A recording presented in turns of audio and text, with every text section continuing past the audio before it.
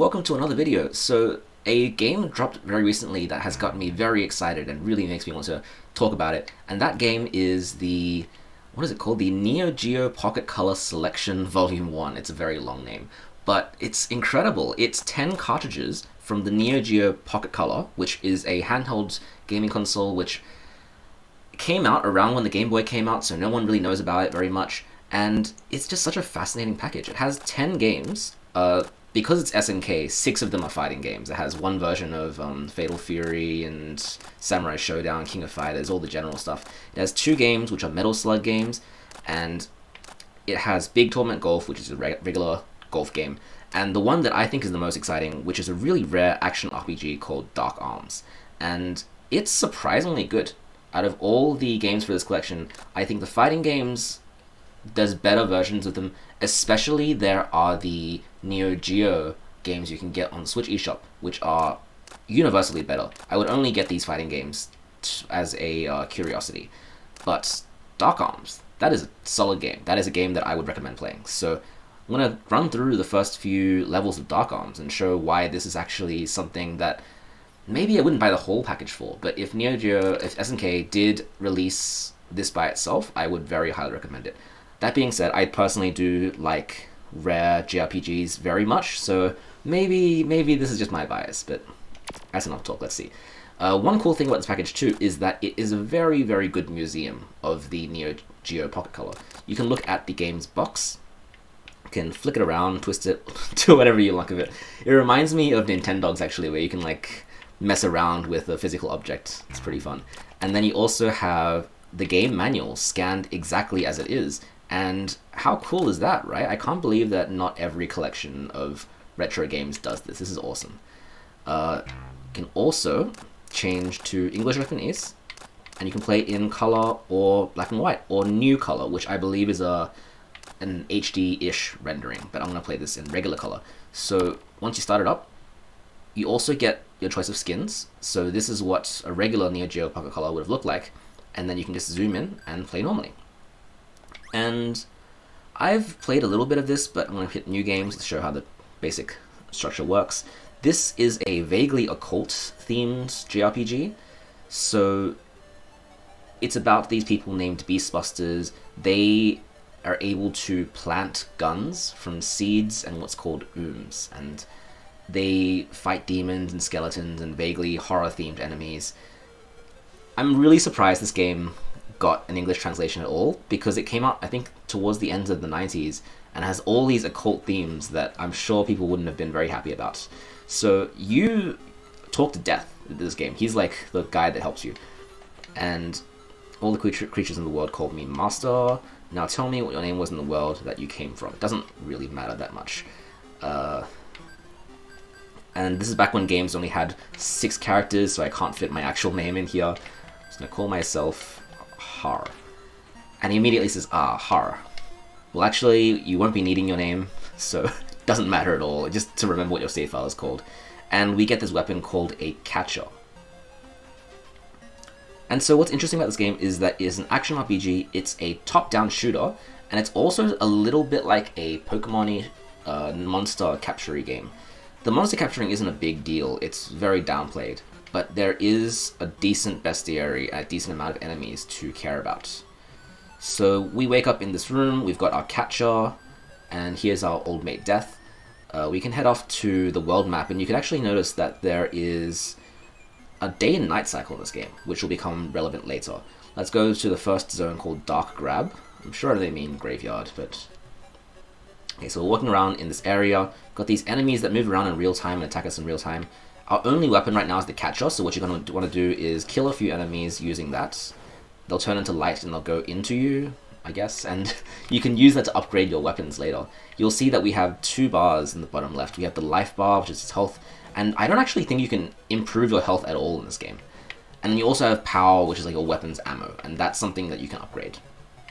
You also have catch, which is just how many enemies you've captured with this weapon, and the weapons eventually become a kind of currency for you to use. One other thing to note is that if you notice, you can see the individual pixels on the screen when you're zoomed in.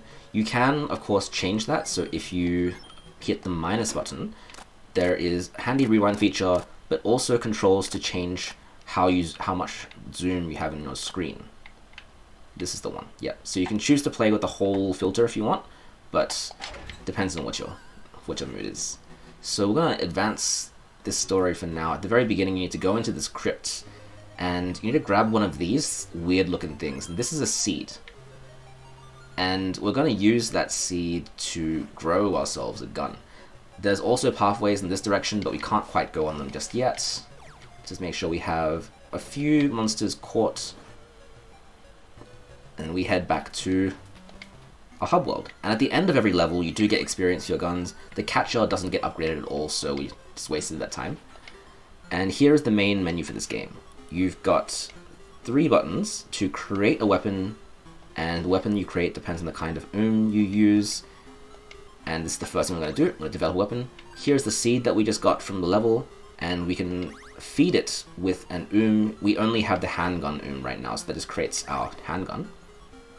And we have all these stats that we need to worry about as well. So weapons have their own individual levels, their own individual EXP bars, an attack stat, which determines how much damage it does, of course, and also POW, which is how much total power or ammo it has, and how much each individual shot does. So if 40 means it'll do 40, or it costs 40 to shoot once, and 255 means that's how many total ammo power it has. EVP is like a weapon experience, and that's increased by feeding it, which is the next thing we're going to do. We also need to get the seed that is protected by the queen. The hints are very cryptic in this game, but the good thing is that the levels are quite small, so it's not very easy to get lost. Okay, the number of seeds is set at 10. If you want to make a different weapon, you need different kinds of seed. Look for them. The are hidden in various places. If you aim your weapon at it, it will react. Search for it. So eventually we'll have 10 different slots for weapons here, and each one has a different role. There are melee weapons, there are fast-firing weapons, there are area effect weapons. You can make a lot of different guns in this game, which is pretty cool. And here, this is really important, we need to equip the weapon that we just made. Otherwise, we can't use it, it's completely useless. We have a loadout of 3 weapons that you can bring into any level. Here you get additional info about different things about the game. You can also consult the manual to make sure you're not making big mistakes or anything. But this is a pretty easy game, it's pretty simple, there's not much that can go wrong. The skull here to the left is how you save the game. The game doesn't tell you this, but you just need to examine the skull. And the bed is how you heal. So if you don't go and sleep in this bed when you're hurt, then you actually will never get your health back. You'll see that we've turned to day now. We've got the most angry sun in the top left looking at us. Let's go to our dark grab, and you can see in the bottom right now we have our catcher weapon, and we also have this pistol. Oh, I'm getting hit so much. Okay, so we can use this pistol and we can start getting some damage down on these enemies. The interesting thing too is that the pistol and the catcher have separate power bars. So what you can do is you can run out of ammo on one, and then switch to your secondary and just keep fighting. We'll see that the entrances to the left and to the right are now open. There's an NPC to the right that I don't know if talking to them actually does anything, but you can feel free to. All the NPCs in this game look the same as well. He says, I came to get the but I can't find it. I lost my partner, and now I can't get out of this darn graveyard. Which means that he's stuck, and we're looking for one other person who's going to be up the other staircase. And so for these early enemies, what you want to do is probably kill them with the catcher, because this will give you their monster soul or whatever you're capturing, and that's more useful for you right now than actually killing them with the pistol. There is weapon XP, but it's not determined by what weapon you use to kill your enemies. I think as long as you defeat the enemy, you get the EXP, which gets then transferred to all your weapons. Okay, so what we're going to do here is there's this building to the left side. We're going to go into that. There's 3 zombies on the bottom floor. Zombies are pretty worthless in terms of EXP for your weapons, so don't worry too much about them. I'm also getting hit way too much right now. Oh my goodness. There's no real way to recover life except for leaving the level and sleeping in your bed. So hopefully we can get some stuff done before I need to rush back. There's going to be 3 skeletons guarding this guy that's tied up to the left. Skeletons are pretty simple enemies. They can do a melee-ish attack. The other cool thing is that all the enemies in this game have really detailed and unique sprites, and they all have more than one attack animation as well. So it's all very interesting just to go forward and to see what the next enemy is going to look like and do to you. Okay, skeletons are also worth a bit more weapon XP, so we want to capture them if we can. Just getting hit so much right now. Okay, now we free this guy. It says, thanks for helping me. Show my appreciation. I'll give you this key. This key opens the door to the room with the 4 coffins inside. The 4 coffins guard the entrance to the house of the royal family. Apparently, the queen's grave is booby-trapped to protect the treasure inside. Someone was saying something about a pattern drawn or something. You had to find the to get out of the graveyard. The characters in this game are all very verbose for some reason. It's pretty strange. Alright, so I'm not going to risk it. I'm going to go straight to the house and cash in my weapon EXP and also see if I can do any upgrading.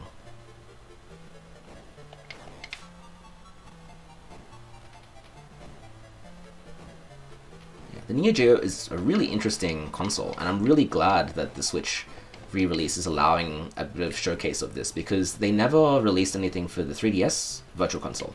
Okay, so there's our EXP for the round. We got 85, which is not enough to go up a level, unfortunately. Let's go to the Master's house, and he says, get the seed that protects the Queen.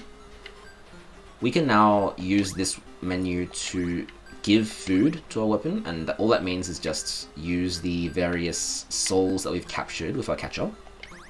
Zombies only give 1 EVP, so they're pretty useless. Skeletons give 2, and Firekeepers give 4. And you'll see that the Firekeeper and the Skeleton changes the element of our weapon, and there's a very slight elemental damage system in this game. It's not a huge deal, and actually I would recommend not worrying about it until you have a few different weapons so you can swap between them. But if you would like to, you know, there is an elemental system to work with. It is still the daytime, so we can still keep exploring here. I'm pretty sure that with our fire elements, we're doing a little bit more damage to the enemies. Although the EVP system doesn't really matter that much until you fill out that bar of 100 EVP, and at which point you can evolve your weapon into a stronger version of itself. It's very Cave Story-like in that regard. Okay, so we're going to go to the left now and use that key that we just got. You do need to be paying close attention to what the NPCs tell you, because the buildings in this game aren't really named or anything. It's hard to figure out exactly where you're meant to go. Okay, I'm just going to push past this and open that lock. And now we've got these 4 coffins, I think they called it. You can open this, and skeletons are water or ice elemental, I think. So they're going to take a bit more damage from our fire attacks. We're out of ammo, so I'm going to have to switch to the catcher for a bit.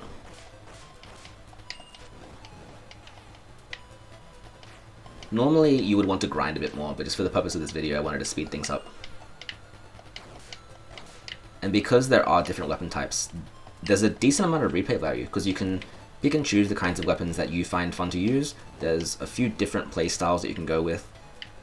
And yeah, it's a pretty interesting game, especially for the time that it was made. Alright, so by opening that switch, we now unlock this door, which before you could have seen it wasn't there. Go forward, and there's this little puzzle. We had those poker suits, and now you just want to step on the right panel to match them all up. I have immediately forgotten what the pattern was, so if I screw up... Oh, I got it right. If you screw up, you drop into the bottom floor, and there's enemies there, but we got it right first try, so we don't need to worry about it. And here are our next 3... I think these are ooms. The door that was closed is now open. So these are additional things that you can use to make a new weapon.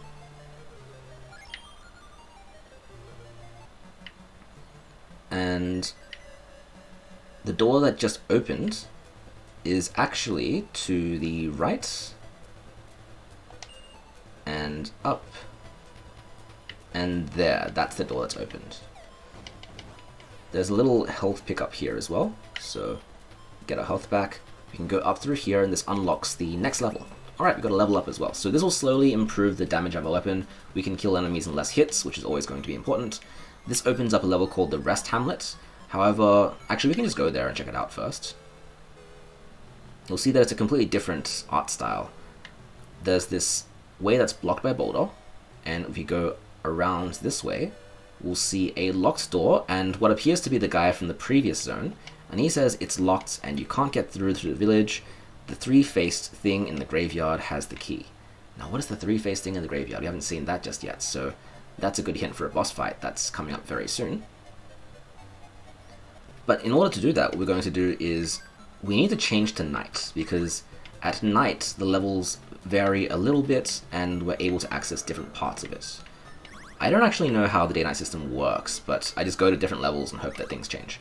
At night, we can come in here and we see that the enemies are different first and foremost. We now have these bats, which are very difficult to capture because they zoom off screen. And we also have these fire keepers, which are much better enemies to farm experience and EVP from. They are a bit more dangerous though, because they can charge you.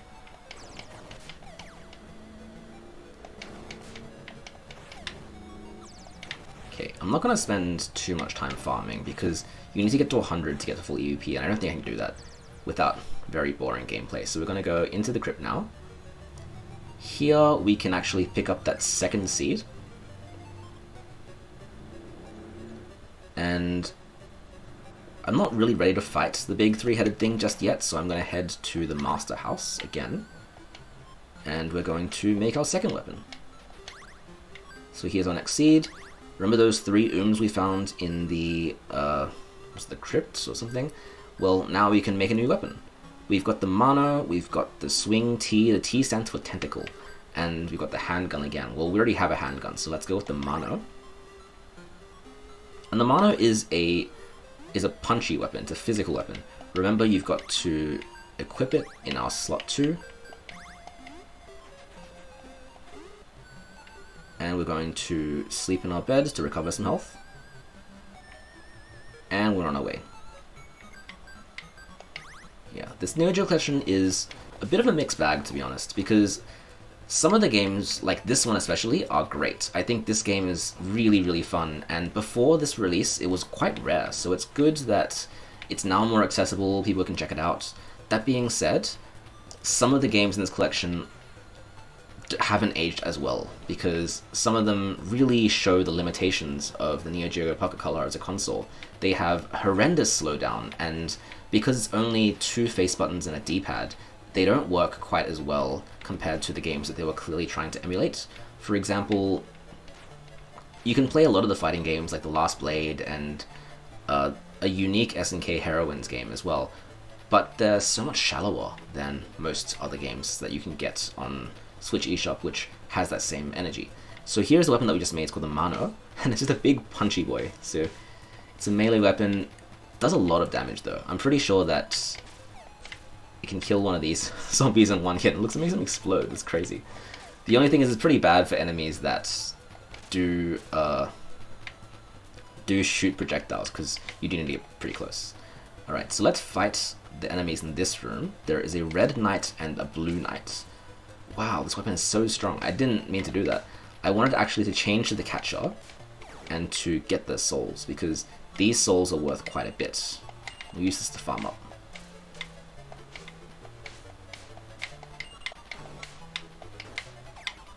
Alright. I still don't think we can evolve, because each of these is worth about 6 EVP. I'll be here for a while and grinding up for a while if you want to make that work. But I also want my weapon EXP to go up. I'm not entirely sure how strong the boss of this zone is, because unfortunately this game doesn't have HP bars, so there's no way to tell. But it would be really embarrassing if I had a game over, so let's make sure that this is going to work. One more thing too is I'm pretty sure you need to wait for the animation of the soul entering you to finish before you move to the next zone, otherwise it's lost, or at least I don't see the catch bar go up. Got 8, so 8 times 6 would be not enough to go up. Just gonna keep at it for a little bit longer. And from what I've read, this entire game isn't super long. I think it's about 5 to 6 hours with a bit of post-game if you're really interested in the catching system. It is fun for what it is though. I haven't played a lot of games that have top-down shooter mechanics in addition to interesting RPG mechanics, and putting it all together is pretty fun and pretty compulsive, and I'm glad that I have the opportunity to play this.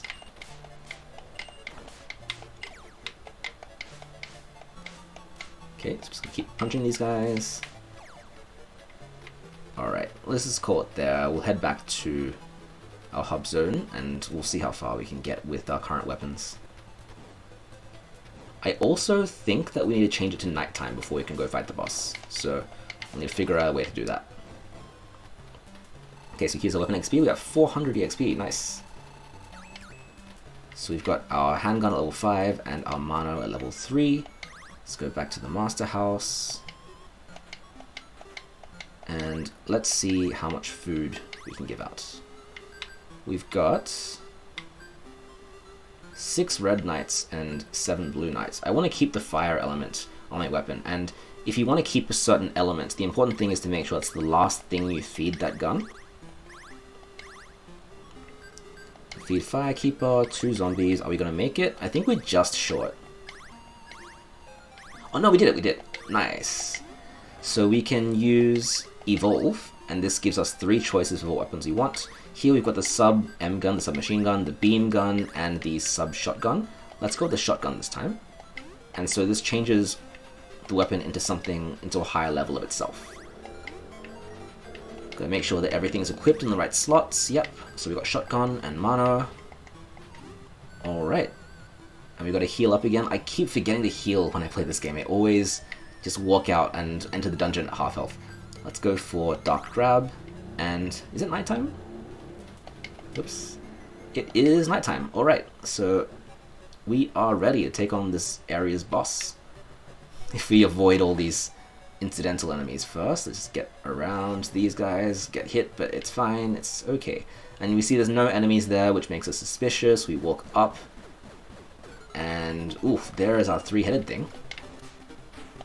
Our shotgun is a bit frustrating in that it doesn't fire straight, it fires in 2 diagonal directions, but that's perfectly fine for this boss. It actually moves a little bit slower than you do if you're moving without stopping. So the strategy of this is just to keep kiting it, basically. Make sure that you keep enough distance, and if things go bad, you've still always got that heart in the top right corner for you to use. I'm going to switch to the Mano to do a bit more damage. I don't know if you can capture this using the first weapon. I'm not sure, I haven't tried. But also, because there's no health bars, I can't tell if I'm close, right? Oh, I did! Oh, it works! Oh, wow, I didn't know that. Okay, so we have this key now, and, well, that key can be used at the next zone, getting another level up for our weapons. And let's see what we just caught. Don't hunt any villagers, just killing beasts. So, develop our weapon, give food. What was it called? It's called the Death Hand. It gives 25 points and red elements. So nothing super impressive. Unfortunately, I wish the monster system was more fleshed out, but it seems like all it does is just each monster gives a bit more EXP to your weapon and can potentially impart one of 3 elements. So there's fire, there's water, and there's ice. There's lots of different enemy types though, which is pretty cool. And honestly, that's about it. So if you are interested in top-down shooters and would like some simple RPG elements, I think this is a pretty cool game. It's one of those games which absolutely flew under the radar when it first came out, so it's interesting to check out how something from a while ago makes the most out of the mechanics that was available to it. Alright, so we'll wrap that up there. This game also has a VS mode. I'm actually not sure how multiplayer works with this collection, but because it's half fighting game, you would think that they would implement it, right? Surely they would have to. Otherwise, what's the point? Okay, there are... I believe there should be restore points, but I'm not... save states, I think? Surely there would be, but I haven't seen any, which is strange. As a reminder, there's all these fighting games that come with the package too. There is King of Fighters and SNK Gals Heroines and Fatal Fury.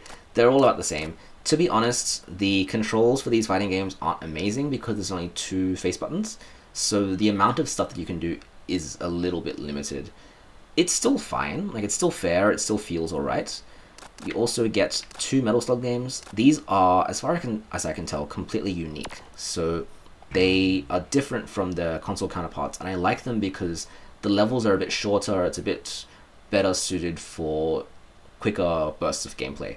The only problem I find is that they have some real slowdown issues if you're playing. The frame rate can dip really fast if you've got a lot of things on screen. And the last one is this big tournament golf game, which, you know, it's golf, if you like golf. It's got the classic box art and everything. Alright, so thanks for checking these out. If you found Darkom's Beastbuster interesting at all, I highly recommend checking this out. This was such a nice surprise to see this on the eShop. I would love for more developers to put their back catalogs onto the eShop and to have a good archive of all these games that we didn't get to see in the first go round. Like, I can definitely say that I would have never tried these games when they first came out, but still, they're valuable today. They are not just a capsule of history, but they're just fascinating things to play, and they give great ideas for developers who might be working on a budget today and are trying to figure out how to get bang for their buck, right?